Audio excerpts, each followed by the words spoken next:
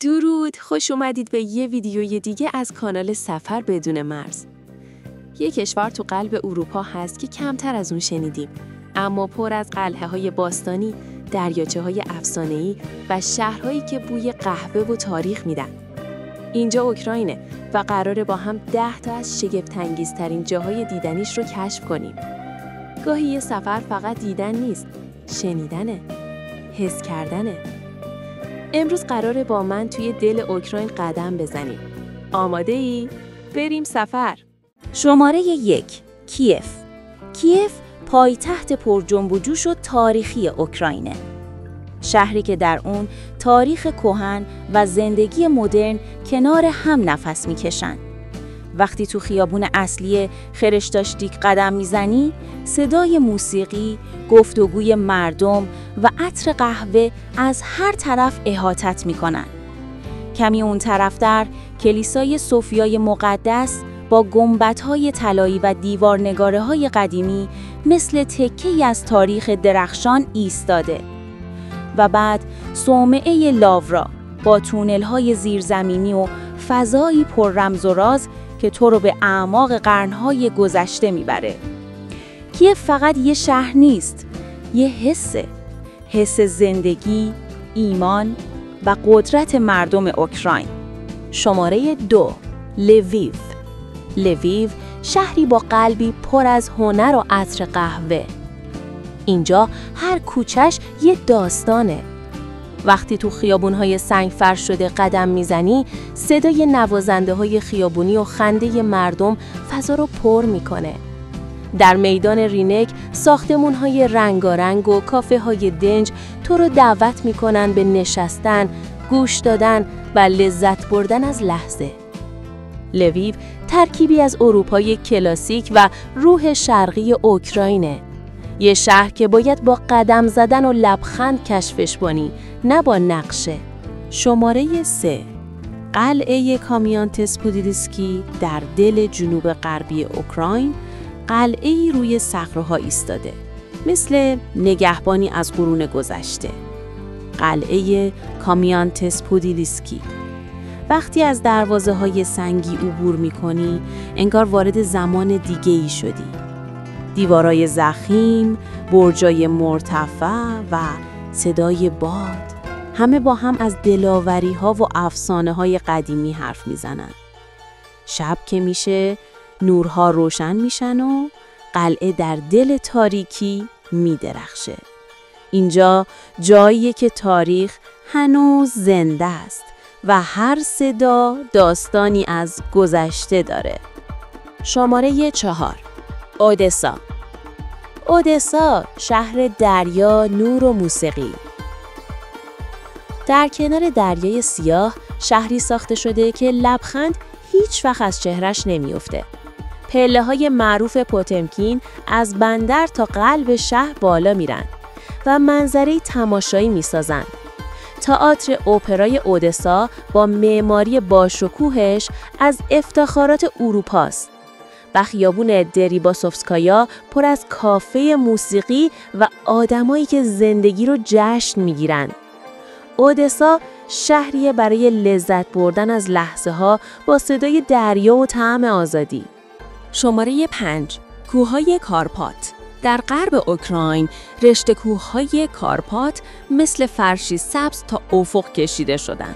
هوای خنک، بوی درختان کاج و صدای رودخونه همه با هم یه حس ناب از آرامش میدن. اینجا زندگی هنوز ساده و اصیله. مردم محلی با لباسهای رنگارنگ و لبخندهای گرم از میهمونها استقبال میکنن. در زمستون کارپات بهشت اسکی دوستاست و تابستون پناهگاه کوهنوردا. یه جای خاص برای پیدا کردن سکوت و شاید پیدا کردن خودت. شماره 6. دینیپرو. شهری مدرن کنار رودخانه بزرگ دینیپر. پل‌های عظیم، ساختمان‌های بلند و پارک‌های سبز چهره‌ای پر انرژی به شهر دادن. روزها مردم کنار رودخانه قدم میزنن و شبها نورها روی آب میرقصن. اینجا یه تعادله بین زندگی شهری و آرامش طبیعی. دینیپرو نشون میده چطور یه شهر میتونه مدرن باشه ولی هنوز مهربون و دلنشین باقی بمونه. حالا که ویدیو رو تا اینجا دیدی، اگه خوشت اومده لایکش کن و تو کامنت هم بگو تو حالا اوکراین رفتی یا نه. شماره 7.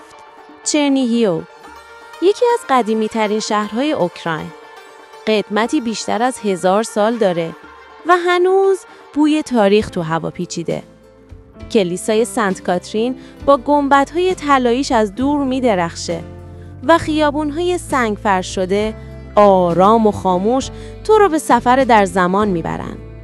اینجا خبری از شلوغی نیست، فقط صدای باد، زنگ کلیسا و سکوتی عمیق. چرنیهیو شهریه برای اونایی که میخوان چند دقیقه از دنیا جداشن و نفس بکشن. شماره 8. شبه جزیره کریمه. کریمه مروارید دریای سیاهه، جایی که کوه‌ها و دریا دست در دست هم دادن. شهر یارتا با سواحل گرم و حال و هوای تابستونیش پر از زندگیه. کوه آیپتری از بالا چشم‌اندازی شگفت‌انگیز به دریا داره و قاخ لیوادیا یادگار دوران با شکوه تزارهاست. کریمه ترکیبی از طبیعت رویایی و تاریخ پرجلاله، جایی که هر منزله یه نقاشی زنده است. شماره 9. پریاسلاو. پریاسلاو شهر کوچیک اما پر از فرهنگ و خاطره. بهش میگن شهر موزه ها، چون بیش از 20 موزه دیدنی داره. اینجا میتونی لباسهای سنتی، وسایل قدیمی و سبک زندگی روستایی اوکراین رو از نزدیک ببینی. قدم زدن تو کوچه های ساکتش مثل سفر به گذشته است. بوی نون تازه، چوب خیس و صدای پرنده ها فضا رو پر میکنن. پریاسلاو یه یادآوری از سادگی، اصالت و ارتباط انسان با ریشه هاش. شماره 10. دریاچه سینیویر. در دل کارپات دریاچه آرام پنهان شده. بهش میگن چشم آبی کارپات، چون از بالا درست مثل یه چشم درخشان وسط جنگله. مه صبحگاهی، صدای باد و انعکاس درخت‌ها روی آب یه تصویر جادوییه. میگن این دریاچه از اشکای دختری عاشق به وجود اومده. شاید به همین دلیله که اینجا آرامش با غمی لطیف همراهه. سینیویر، جایی برای سکوت، اندیشیدن و لمس زیبایی ناب طبیعت. اگه از این سفر هم لذت بردی، حتما کانال رو سابسکرایب کن، لایکش رو هم بزن و زنگولش هم فعال کن تا اولین نفری باشی که ویدیوهای بعدی رو میبینه.